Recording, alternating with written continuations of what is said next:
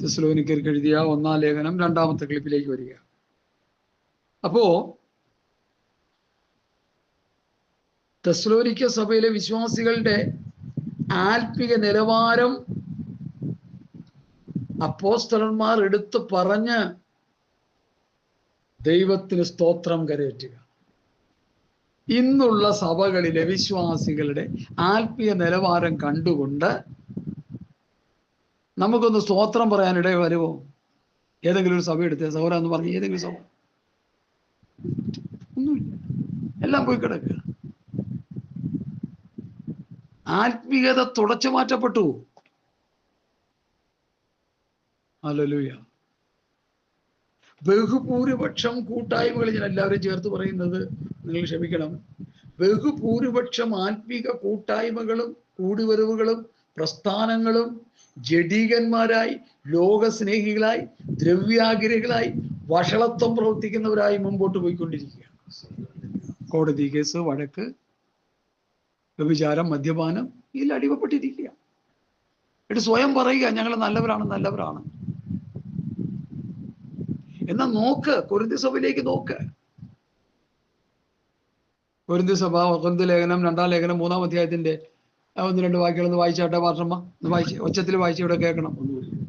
2 കൊരിന്ത്യർ 3-ന്റെ 1 മുതലുള്ള വാക്യങ്ങൾ വായിച്ചാട്ടെ. തുടങ്ങുന്നുവോ?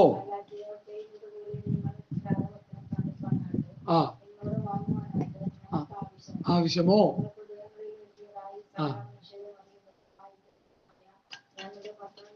അപ്പൊ ഞങ്ങളുടെ പത്രം നിങ്ങളാണ്. അപ്പോസ്തലന്മാരായ ഞങ്ങളുടെ പത്രങ്ങളായി കൊരിന്ത്യർ സഭ തീർന്നിരിക്കുന്നു. അടുത്ത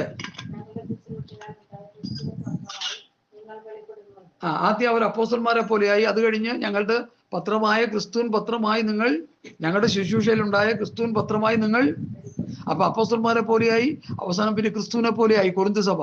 അപ്പന്റെ ഭാര്യയെ വെച്ചുകൊള്ളുന്നവനും തമ്മിൽ തല്ലി വഴക്കുണ്ടാക്കുന്നവനും, പൗലൂസിന്റെ പക്ഷം, കേഫായുടെ പക്ഷം, അപ്പൊല്ലോസിന്റെ പക്ഷം, ക്രിസ്തുവിന്റെ പക്ഷം എന്ന് പറഞ്ഞ് 4 പക്ഷം പിടിച്ച് തമ്മിൽ തല്ലിക്കൊണ്ടിരുന്നവരെ പൗലൂസ് വന്ന് ഉപദേശം പഠിപ്പിച്ച് അവരുടെ ആ പക്ഷവാദങ്ങളെ തല്ലി തകർത്ത്, പൗലൂസാ പറയുന്നത്, സ്തോത്രം, പൗലൂസാണ് അവരെ ഉപദേശം പറഞ്ഞ് യഥാസ്ഥാനപ്പെടുത്തുന്നത്. നിങ്ങളിൽ ഒരുവൻ അപ്പൊല്ലോസിന്റെ പക്ഷം, കേഫായുടെ പക്ഷം, ക്രിസ്തുവിന്റെ പക്ഷം, ഇങ്ങനെ പറയുന്നുവോ? പൗലൂസ് ആര്? അപ്പൊല്ലോസ് ആര്? ഞങ്ങൾ ആരും അല്ല. ഞങ്ങളൊക്കെ ആരാ? ദൈവത്തിൽ വിശ്വസിക്കാൻ കാരണമായി തീർന്ന ശുശ്രൂഷകന്മാരാണ്. ഞാൻ നട്ടു, അപ്പൊല്ലോസ് നനച്ചു, ദൈവമത്രേ വളരുമാറാക്കുന്നവൻ. നടുന്നവനും നനയ്ക്കുന്നവനും ഏതുമില്ല.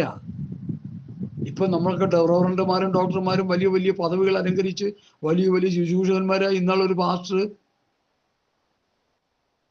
കാറിൽ വന്നിറങ്ങിയിട്ട്, കൺവെൻഷൻ പ്രസംഗിക്കാൻ വന്ന് കാറിൽ വന്നിറങ്ങിയിട്ട് അതിൻ്റെ ഉള്ളിൽ തന്നെ ഇരിക്കുക. എന്താ കാര്യം? ആരെങ്കിലും ഡോറ് തുറന്നു കൊടുക്കണം പുള്ളി ഇറങ്ങണമെങ്കിൽ. പുള്ളി തുറന്നിറങ്ങത്തില്ല. പുള്ളി ഇന്റർനാഷണൽ പാസ്റ്ററാ. എൻ്റെ അഭിപ്രായത്തിൽ ഇന്റർനാഷണൽ ജഡീകനാണെന്നാണ് ഞാൻ മനസ്സിലാക്കിയത്. സ്വത്രം. അങ്ങനെ നിങ്ങൾ ചിന്തിക്കുക. ഞാനിത് കുറ്റമായിട്ട് പറയുന്നെന്ന് നിങ്ങൾ ചിന്തിക്കേണ്ട. കുറ്റം പറയുന്നെങ്കിൽ എന്തുകൊണ്ട് പറയുന്നു എന്ന് ചിന്തിച്ച് നിങ്ങൾ കാര്യങ്ങളെ മനസ്സിലാക്കുക. അപ്പോസ്തലന്മാരാൽ ഉപദേശം കേട്ട് വളർന്ന സഭകളുടെ നിലവാരവും ഇന്ന് കാണുന്ന നമ്മുടെ വലിയ വലിയ മഹാപേരൊക്കെയുള്ള വലിയ സംഘടനയുടെ പാസ്റ്റർമാരുടെ ഉപദേശം കേട്ട് വളരുന്ന വിശ്വാസികളുടെ നിലവാരവും ഒന്ന് കമ്പയർ ചെയ്ത് പഠിക്കേ. ഈ കഴിഞ്ഞ ദിവസം സോഷ്യൽ മീഡിയയിലായിട്ട് ജാതി വരി പറയുന്ന ഒരു വലിയ പാസ്റ്റർ, ഇന്റർനാഷണൽ പാസ്റ്റർ, പൊലേനാണെന്നും പറയനാണെന്നും മീൻപിടുത്തക്കാരനാണെന്നും ആ കാരനാണെന്നൊക്കെ പറഞ്ഞ് വിശ്വാസികളെ തരം തിരഞ്ഞ് ഇടിച്ചു താഴ്ത്തി വെളിവുകെട്ട വിവരം കെട്ട വർത്താനം പറയുന്ന മഹാനായ ഇന്റർനാഷണൽ പാസ്റ്റർ.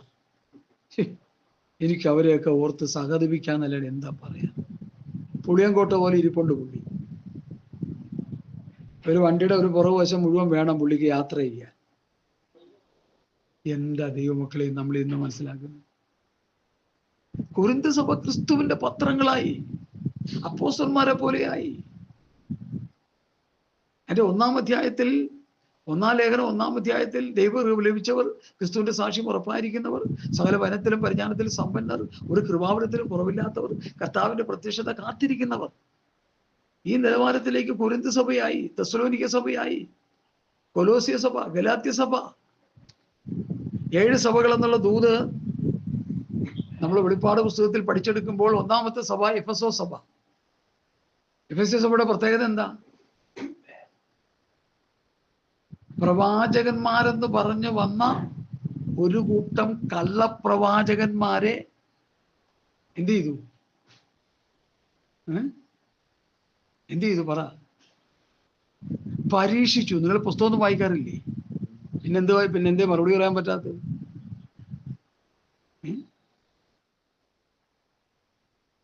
പ്രവാചകന്മാരെന്ന് പറഞ്ഞു വന്നവരെ എഫെസോ സഭയിലെ വിശ്വാസികൾ പരീക്ഷിച്ച് കള്ളന്മാരെന്ന് കണ്ടെത്തി.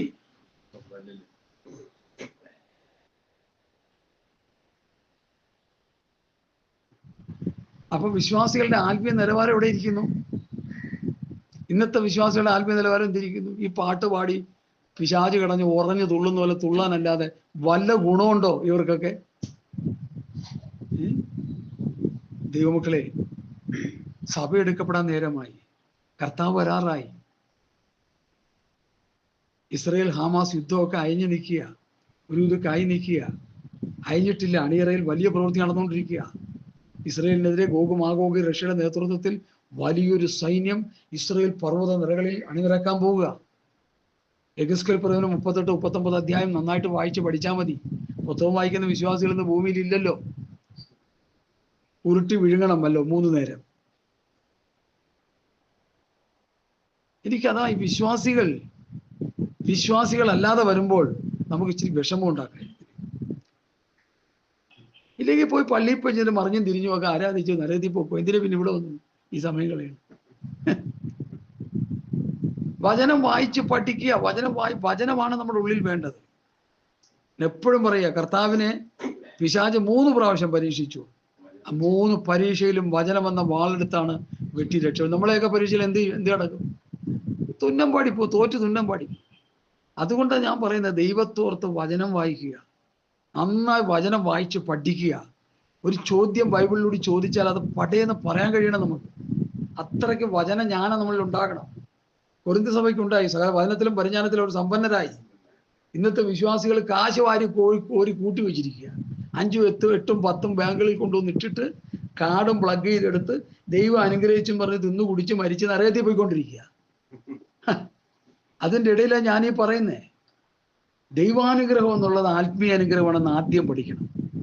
സ്വർഗത്തിലെ സകല ആത്മീയ അനുഗ്രഹത്താൽ ക്രിസ്തുയേശുവിൽ അനുഗ്രഹിച്ചിരിക്കുന്ന പിതാവാം ദൈവം നമ്മെ അനുഗ്രഹിച്ചിരിക്കുക.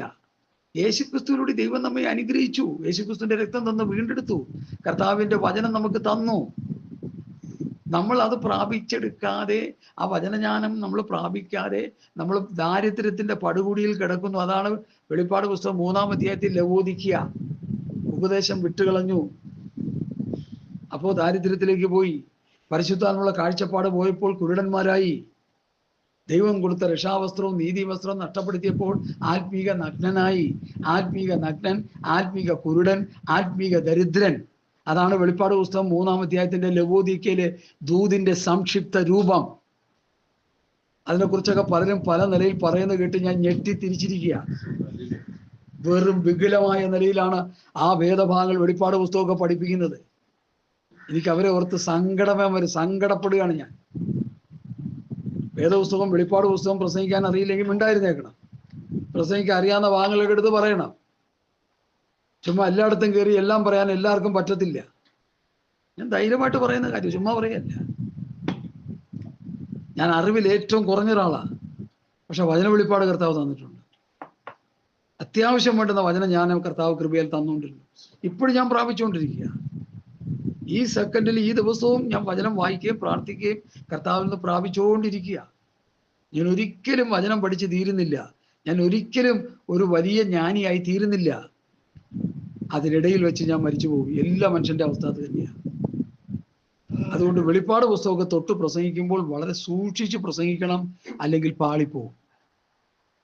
പ്രത്യേകിച്ച് 7 സഭകളിലെ ലവോദിക്ക എന്ന വിഷയം കർത്താവിന്റെ വരവിന് മുൻപ് ഭൂമിയിലുള്ള ഇന്നത്തെ സഭകളുടെ, അല്ലെങ്കിൽ ഇന്നത്തെ ആത്മീയരെന്ന് പറയുന്ന ജഡീകന്മാരുടെ ഒരു ചിത്രമാണ് വെളിപ്പാട് പുസ്തകം 3-ാം അധ്യായത്തിലെ ലവോദിക്യ, ശീതവാനുമല്ല ഉഷ്ണവാനുമല്ല, ശീതോഷ്ണവാൻ, വായിൽ നിന്ന് ഉമിണ്ണു കളയത്തക്ക നിലയിലുള്ള ഒരു ആത്മീക നിലവാരം മാത്രമേ അവർക്കുള്ളൂ.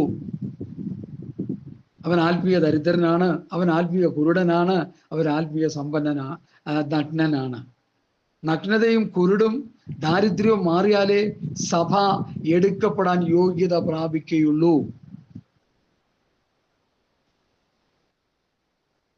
അത് നന്നായിട്ട് മനസ്സിലാക്കണം. Hallelujah, hallelujah. ഇതിനിടയ്ക്ക് കയറി വന്നുകൊണ്ട് ഞാൻ സബ്ജക്റ്റ് പറഞ്ഞു പോയതായ വിഷയം. ഹല്ലേലൂയ, സ്തോത്രം, സ്തോത്രം. എന്നെ കേൾക്കുന്ന പ്രിയപ്പെട്ടവരെ, ആത്മീക സമ്പന്നരാകാനായിട്ട് ഏൽപ്പിച്ചു കൊടുക്കണം. ഭൗതികത്തിന്റെ പിറകെ അനേകം ഓടിക്കൊണ്ടിരിക്കുമ്പോൾ എനിക്ക് നിങ്ങളോട് പറയാനുള്ളത്, ആത്മീക സമ്പന്നത പ്രാപിക്കുക, നല്ല വിശ്വാസമുള്ളവരായിരിക്കുക, നല്ല പ്രത്യാശയുള്ളവരായിരിക്കുക, ക്രിസ്തുവിന്റെ സമാധാനത്തിൽ നിറഞ്ഞ് മുമ്പോട്ട് പോവുക. ക്രിസ്തുവിന്റെ വചനം സകല ജ്ഞാനത്തോടുകൂടി ഐശ്വര്യമായി നമ്മളിൽ വസിക്കുന്ന അനുഭവം ഉണ്ടാകട്ടെ. ദൈവരാജ്യം ഭക്ഷണവും പാനീയമല്ല, നീതി, സമാധാനം, പരിശുദ്ധാത്മാവിൽ സന്തോഷം. പരിശുദ്ധാത്മാവിൽ സന്തോഷിക്കുന്ന വിശ്വാസികൾ എത്ര പേരുണ്ട്? മൊബൈൽ വെച്ച് മാന്തി കൊക്കൊ കുറച്ചോണ്ടിരിക്കും, ചിരിച്ചോണ്ടിരിക്കുക. ഈ ഫോറിനേഴ്സാണ് ഈ പരിപാടി ഇവിടെ കൊണ്ടുവന്നത് നാട്ടിൽ. അവര് അമേരിക്കയിൽ കോമിക്സുകൾ ഈ എന്താ പറയാ, ഈ ആൾക്കാരെ ചിരിപ്പിക്കത്തക്ക പൊട്ടത്തരങ്ങൾ കാണിച്ചുകൊണ്ടിരിക്കും, ഓരോ വൃത്തികേടുകൾ. അതിപ്പം വന്ന് നമ്മുടെ കേരളക്കരയിലും ഇന്ത്യയിലെ ലോകം മൊത്തമായി എന്റർടൈൻമെന്റ് ചെയ്യുക എന്ന് പറയാം. അതിന് വിദേശ രാജ്യങ്ങളിൽ ചില ചാനലുകൾ തന്നെ ഉണ്ട്. ഇവിടെ ആ ചാനൽ വന്നു കഴിഞ്ഞു. അത് കണ്ട് ചിരിച്ച് സന്തോഷിച്ചുകൊണ്ടിരിക്കുക. വേദോസം വായിക്കില്ല, പ്രാർത്ഥിക്കില്ല. ചോദ്യം ചോദിക്കുമ്പോ ഞാനിവിടെ ഓപ്ഷൻ ഇടാറുണ്ട്, 500 രൂപ തരും ഈ ചോദ്യത്തിന് മറുപടി പറയാം. ഇതുവരെ ആരും പറഞ്ഞിട്ടില്ല. പാരമ്പര്യ ബന്ധക്കോസുകാരനാണ് നമ്മുടെ മരുമോനൊക്കെ. എന്താ പറയാൻ പറ്റാത്ത? പുസ്തകം വായിക്കത്തില്ല, പ്രാർത്ഥിക്കത്തില്ല. വിശ്വാസിയാണെന്ന് പറഞ്ഞ് നെറ്റിയിൽ എഴുതി വെച്ചേക്കണ ഒരു ലേബിള്, ഞാൻ വിശ്വാസിയാണെന്ന്. എന്നാലും അറിയാൻ പറ്റുള്ളൂ. സഹോദരൻ, നമ്മൾ വചനം നമ്മുടെ ഉള്ളിൽ ഇല്ലെങ്കിൽ സാത്താൻ നമ്മളെ തകർത്തുകൾ. അത് അവിടുത്തെ വിഷയം മനസ്സിലാക്കണം. നിങ്ങൾ തലയറിഞ്ഞ് കിടന്ന് ഓരോ വിഷയത്തിനു വേണ്ടി പ്രാർത്ഥിക്കുന്നുണ്ട്. അത് ദൈവഹിതമാണോ എന്ന് ശോധന ചെയ്തോണം. അല്ലെങ്കിൽ ആ പ്രാർത്ഥന സാത്താൻ നിങ്ങൾക്ക് നൽകി തരുകയും ചെയ്യും. നിങ്ങളുടെ ആത്മാവ് നരകത്തിൽ പോവുകയും അവസാനം. അവരപേക്ഷിച്ചതൊക്കെയും അവർക്ക് കൊടുത്തു, എങ്കിലും അവരുടെ പ്രാണന് ക്ഷയമയച്ചു. വിശ്വാസികൾക്ക് പ്രാർത്ഥനയുണ്ട്, ചപ്പിനും ചവറിനും വേണ്ടിയുള്ള പ്രാർത്ഥന. ആത്മീകരായി തീരാനുള്ള പ്രാർത്ഥനയില്ല. ഹൃദയദൃഷ്ടി പ്രകാശിക്കണം. വിളിയാലുള്ള ആശ ഇന്നതെന്നും അവകാശത്തിന് മഹിമാതനം ഇന്നതെന്നും വിശ്വസിക്കുന്നവർക്ക് വേണ്ടി വ്യാപരിക്കുന്ന അവരുടെ ശക്തിയുടെ അളവറ്റ വലിപ്പം ഇന്നതെന്നും ആത്മീകമായ അനുഗ്രഹത്തിന്റെ കലവറകൾ ഇന്നതാണെന്നും അതൊന്നും അറിയാനുള്ള പ്രാർത്ഥനയൊന്നും ആർക്കും ഇല്ല. വെറുതെ കിടന്ന് പ്രാർത്ഥിച്ച് സമയം കളയുക. സഭയത്തിന് പ്രാർത്ഥിക്കാൻ തുടങ്ങിയ ലോകത്തുള്ള വിഷയങ്ങളെല്ലാം കൂടി വെച്ച് പ്രാർത്ഥിക്കുക. അങ്ങനത്തെ വെളിവ് കെട്ട വിശ്വാസികളെ കൊണ്ട് നിറഞ്ഞു കിടക്കുക ഇന്നത്തെ ആത്മീയമാണ്. അല്ലല്ലേ, നമ്മൾ വിശുദ്ധന്മാർ കൂടി വരുമ്പോൾ സഭയത്തിനോട് പ്രാർത്ഥിക്കാൻ പറഞ്ഞ ആ സമയത്ത് അതിൻ്റെ ആ വിഷയം ഓർത്ത് വചനശുശ്രൂഷയ്ക്ക് വേണ്ടി ഒരുങ്ങുന്നെങ്കിൽ, ഇന്ന് പകൽക്കാലം ഞങ്ങൾക്ക് ആവശ്യമായ വചനമെന്ന മന്ന തരണം, അത് ഗ്രഹിപ്പാൻ കൃപ തരണം, യേശു നാമത്തിൽ ആമേൻ. എന്തിനാണ് ഈ ചപ്പൻ ചവറും പ്രാർത്ഥിക്കുന്നത്? ഞാനൊരു പ്രാർത്ഥനാ മനുഷ്യനാണെന്ന് മറ്റുള്ളവർ അറിയാനോ? എന്നെ കേൾക്കുന്ന പ്രിയപ്പെട്ടവരെ, ഞാൻ എന്തിനു പറഞ്ഞു എന്ന് ചോദിച്ചാൽ, സഭകളുടെ ആത്മീയ നിലവാരം നിങ്ങൾ റോമാ സഭ മുതൽ തെസ്സലോനിക്ക സഭ വരെ എടുത്ത് പഠിച്ചു നോക്കിക്കോ. ഈ സഭകളിലെ വിശ്വാസികളെല്ലാം ആത്മീകമായ എന്തുള്ളവരായിരുന്നു? പ്രത്യാശയുള്ളവരായിരുന്നു. 1 തെസ്സലോനി 5-ാം അധ്യായത്തിന്റെ 1-2 വാക്യങ്ങളൊന്ന് വായിച്ചേ. വായിച്ചേ 1 തെസ്സലോനി. കാലങ്ങളെയും സമയങ്ങളെയും കുറിച്ച് നിങ്ങളെ എഴുതി അറിയിപ്പാൻ ആവശ്യമില്ല. കല്യൻ രാത്രിയിൽ വരും പോലെ കർത്താവിന്റെ നാൾ വരുന്നുവെന്ന് അവർ നന്നായി അറിയുന്നുവല്ലോ. മതി. തെസ്സലോനിക്ക സഭ കർത്താവിന്റെ വരവ് കള്ളനെ പോലെ വരുമെന്ന് അവർക്കറിയാം. ഇന്നത്തെ സഭകൾക്ക് ആ അറിവുണ്ടോ? അതാണ് എൻ്റെ ചോദ്യം. ഉണ്ടോ?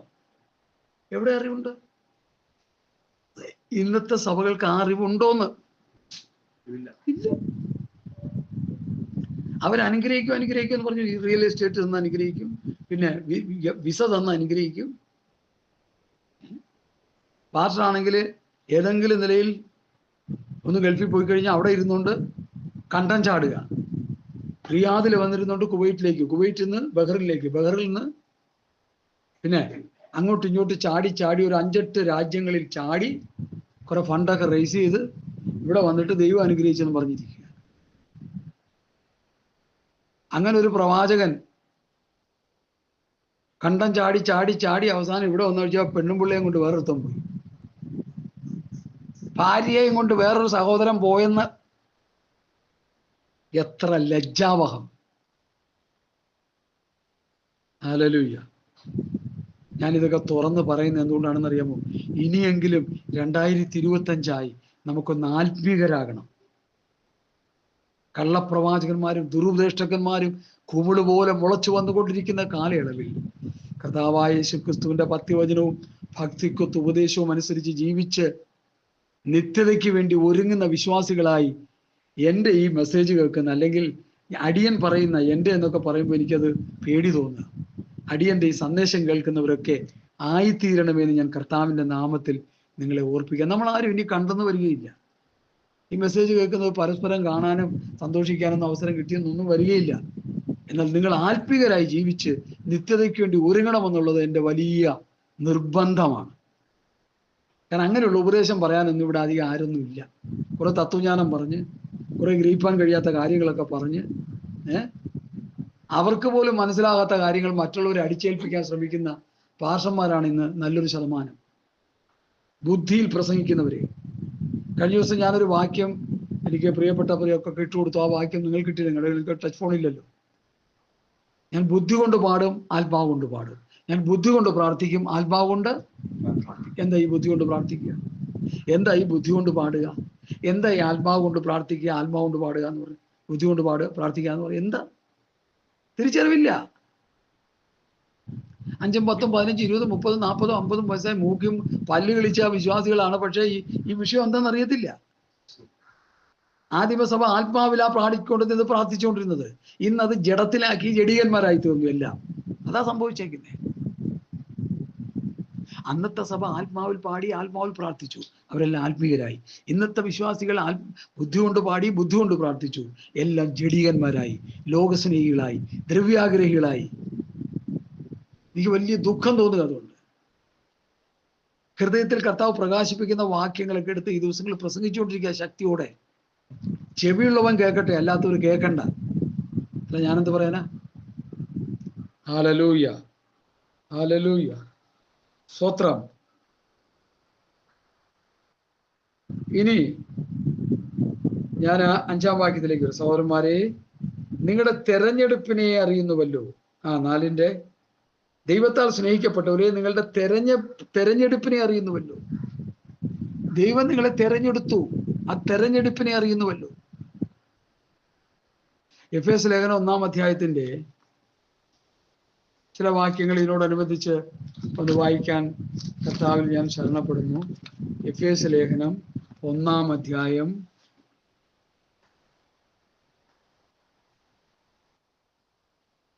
അതിന്റെ 4-ാം വാക്യം തൊട്ടൊന്ന് വായിച്ചാട്ടെ. 4-ാം വാക്യം കുറച്ച് വായിച്ചാട്ടെ. നാം അവന്റെ സന്നിധിയിൽ വിശുദ്ധരും നിഷ്കളങ്കരും ആകേണ്ടതിന് ലോകസ്ഥാപനത്തിന് മുൻപേ അവനിൽ തിരഞ്ഞെടുക്കുകയും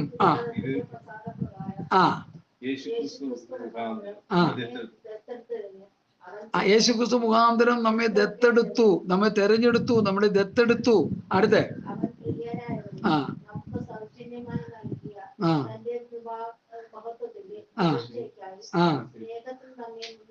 മുൻ നിയമിച്ചു.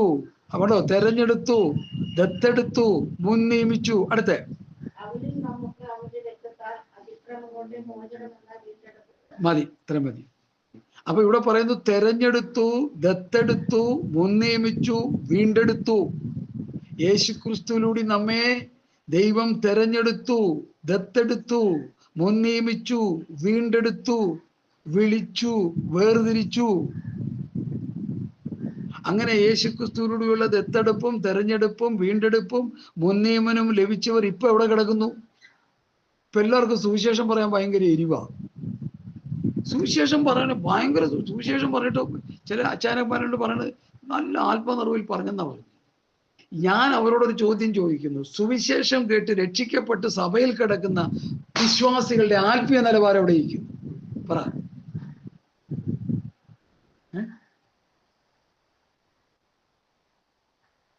സുവിശേഷം കേട്ട് രക്ഷിക്കപ്പെട്ട് സ്നാനപ്പെട്ട് പരിശുദ്ധാഭിഷേകം പ്രാപിച്ച് കർത്താവിന്റെ വരവിന് വേണ്ടി ഒരുങ്ങേണ്ട വിശ്വാസികളുടെ നിലവാരം എവിടെ നിൽക്കുന്നു? സുവിശേഷം പറഞ്ഞ് നിങ്ങളെ രക്ഷിക്കപ്പെടുത്തി കൊണ്ടുവന്ന് ഞങ്ങളുടെ കർത്താവിന്റെ ദാസൻ പറയുമായിരുന്നു എപ്പോഴും, ഞങ്ങളുടെ ഉപദേഷ്ടാവ്, നിങ്ങൾ സുവിശേഷം പറഞ്ഞ് രക്ഷിക്കപ്പെടുത്തി സഭയായിട്ട് കൂട്ടിച്ചേർത്തവരെ വചനം പിടിച്ച് കർത്താവിന്റെ വരവിന് ഒരുക്കുക, അല്ലെങ്കിൽ വേറെ വല്ല പണിക്ക് പോകും. സുവിശേഷം പറയാമെന്ന് പറഞ്ഞ് നടക്കണ്ട. അത് പറ്റുമോ നിങ്ങൾക്ക്? സഹോദര, സുവിശേഷം പറഞ്ഞ് രക്ഷിക്കപ്പെടുത്തി കൊണ്ടുവന്നിട്ട് എന്ത് ചെയ്യുന്നെന്ന് പിന്നെ പഠിപ്പിക്കാണ്ട് വിട്ടുകളഞ്ഞാലോ നശിച്ചുകൊള്ളു.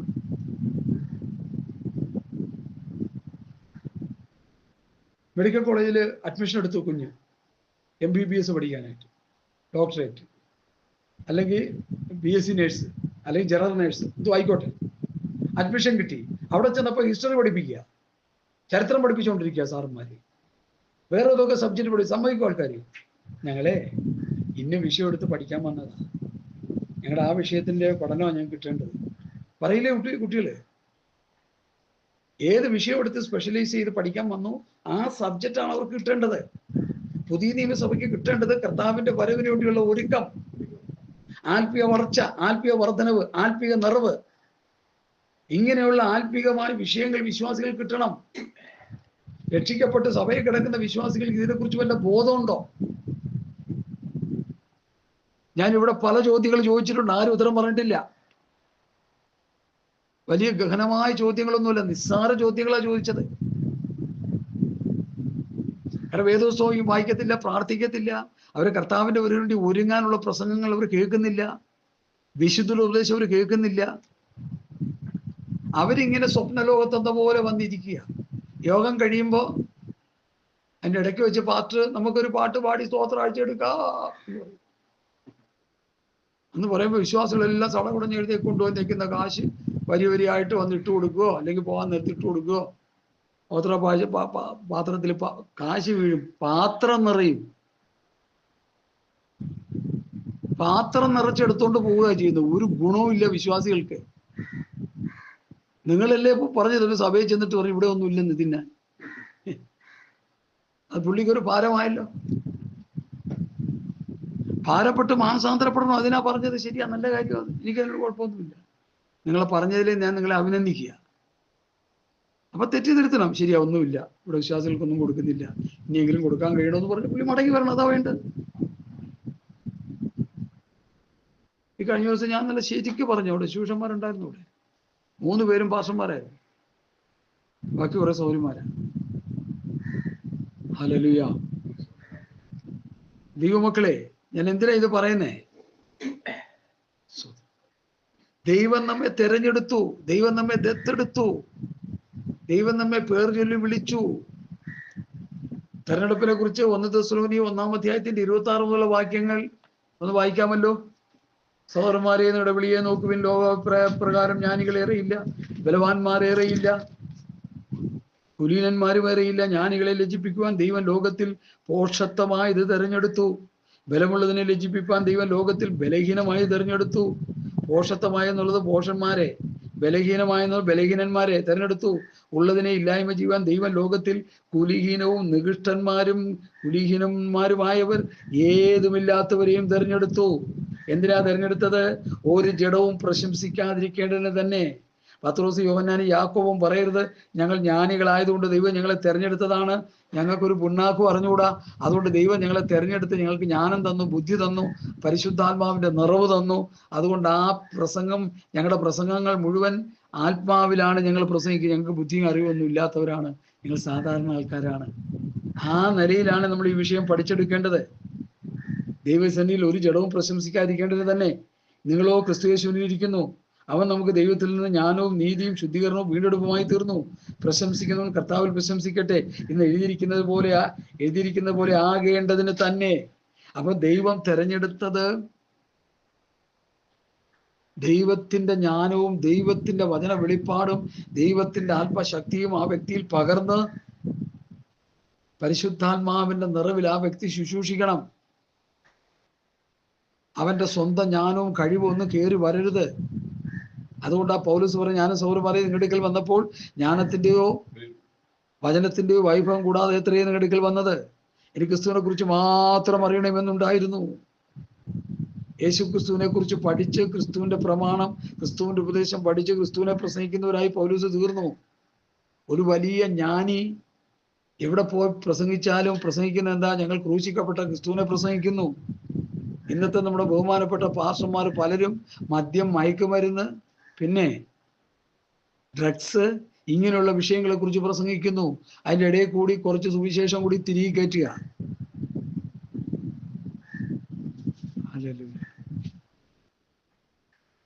അപ്പൊ പറയുന്നത് എന്താന്ന് വെച്ചാൽ, പ്രസംഗിക്കാൻ പാസ് ആരും സമ്മതിക്കത്തില്ലെന്ന്.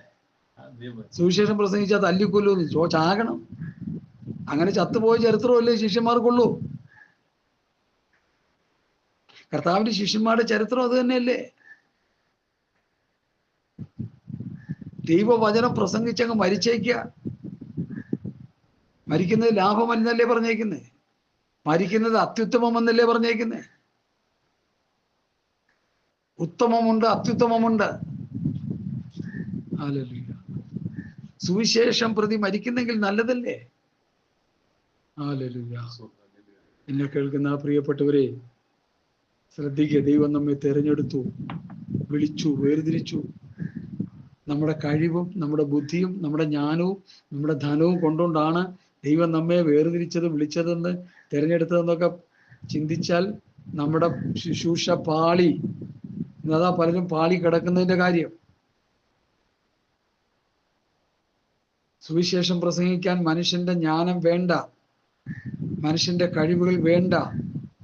പല കാര്യങ്ങൾ നമ്മൾ ബൈബിൾ കോളേജിൽ നിന്ന് പഠിക്കും, അതൊക്കെ കാര്യം ശരിയാണെങ്കിലും കർത്താവ് ശിഷ്യന്മാരോട് പറഞ്ഞത്, നിങ്ങൾ എന്നോട് കേട്ട പിതാവിന്റെ വാഗ്ദത്തത്തിന് വേണ്ടി കാത്തിരിക്കണം.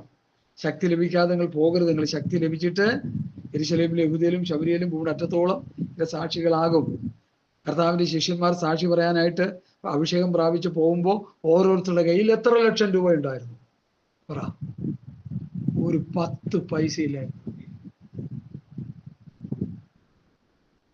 ഹല്ലേലൂയ. മനസ്സിലായോ? അവർ ആത്മശക്തി പ്രാപിച്ചാണ് പോയി പ്രസംഗിച്ചത്. അവർ പരിശുദ്ധാത്മാവിന്റെ നിറവിലാണ് പ്രസംഗിച്ചത്.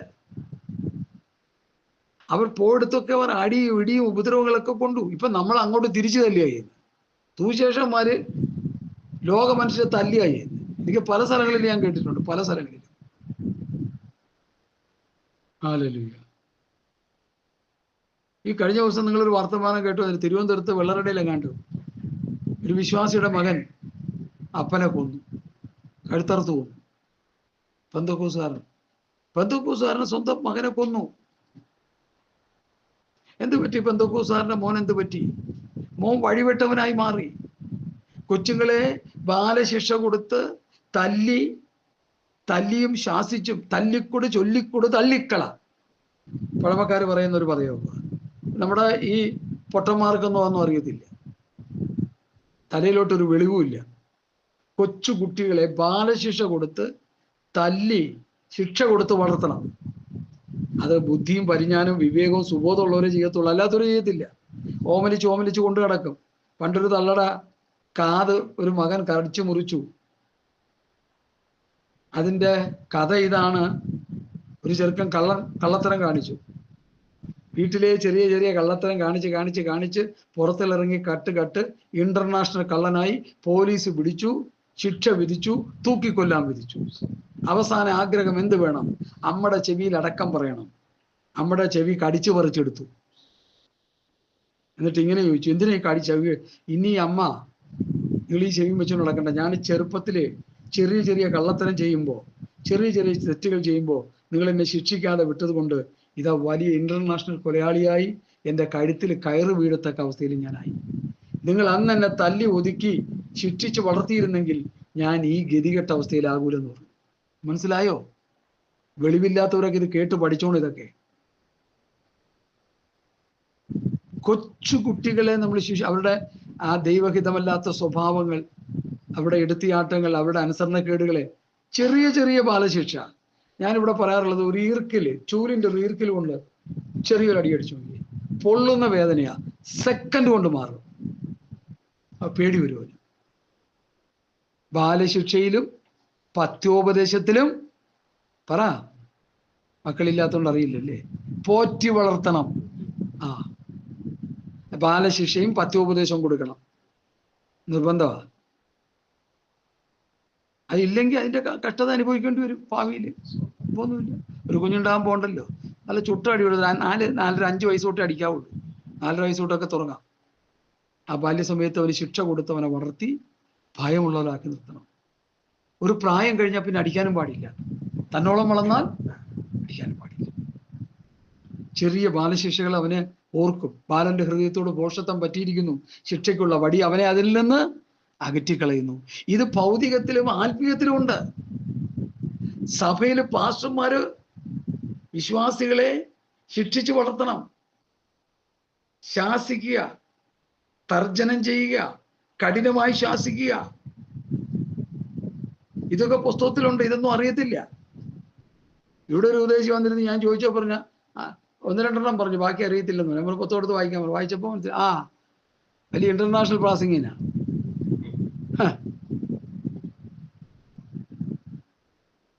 ഞങ്ങളെ ദൈവവചനം പഠിപ്പിച്ച കർത്താവിൻ്റെ നല്ല കണക്കിന് ഞങ്ങളെ ശിക്ഷിച്ചിട്ടുണ്ട്. ഞാൻ ഇപ്പോഴും ഓർക്കുന്നുണ്ട്. പ്രായമായ ഞങ്ങളെ ശരിക്ക് ശകാരിക്കും, ശരിക്കും വഴക്കുറയും. അതുകൊണ്ട് ഇത്രയൊക്കെ എന്തെങ്കിലും മനസ്സിലാകാനിടയായി. കാരണം നമ്മുടെ ഈ വളർച്ചയെന്ന് പറഞ്ഞാൽ വെളിവില്ലാത്തൊരു പോക്കാണല്ലോ. ഒന്നില് സ്കൂളിൽ പോയി നല്ലവണ്ണം പഠിക്കണം, അത് കിട്ടത്തില്ല. അല്ലെങ്കിൽ നല്ല ആത്മീയരുടെ ഇടയിൽ വചനജ്ഞാനോദനം, അവരെ പഠിപ്പിക്കും. ഇതൊന്നുമില്ലല്ലോ. തുമ്പും വെളിവില്ലാത്തവന്മാരുടെ പഠനമാണ് നമുക്ക് കിട്ടിയേക്കുന്നത്. 25 വർഷം ഞാനൊരു പെന്തക്കോസ്തുകാരനായിരുന്നു. അതിന് പഥ്യവചന ഉപദേശം എന്താ നമുക്കറിയത്തില്ല. കാരണം ഞാൻ അത് പിന്നീട് മനസ്സിലാക്കി. അവരെല്ലാം കഞ്ഞി കുടിക്കാൻ വേണ്ടി പുസ്തകം എടുത്തുകൊണ്ട് ഇറങ്ങിയവരാ, ഒരു ഉപജീവന മാർഗമായിട്ട് ഇറങ്ങിയവരാ. ഇന്നും സഭയിൽ പാസ്റ്റർമാരിൽ 95% ഉപജീവനത്തിന് വേണ്ടി പുസ്തകം എടുത്ത് ഇറങ്ങിയിരിക്കുന്നവരാണ്. സഭകളിൽ പാസ്സായിരിക്കുന്നവർ അവർ കുടുംബം പുലർത്താൻ വേണ്ടി ഇറങ്ങിയിരിക്കുന്നവരാണ്. പൗലൂസിനെ പോലെ ഏത് മനുഷ്യനെ ക്രിസ്തുവിൽ തികഞ്ഞവനായി നിർത്തേണ്ടതിന് ഏത് മനുഷ്യനെ പ്രബോധിപ്പിക്കുകയും ഏത് മനുഷ്യനെയും സകല ജ്ഞാനത്തോട് ഉപദേശിക്കുകയും ചെയ്യുന്നു എന്ന നിലയിൽ ശുശ്രൂഷ ചെയ്യുന്നവർ വളരെ കുറവാണ്.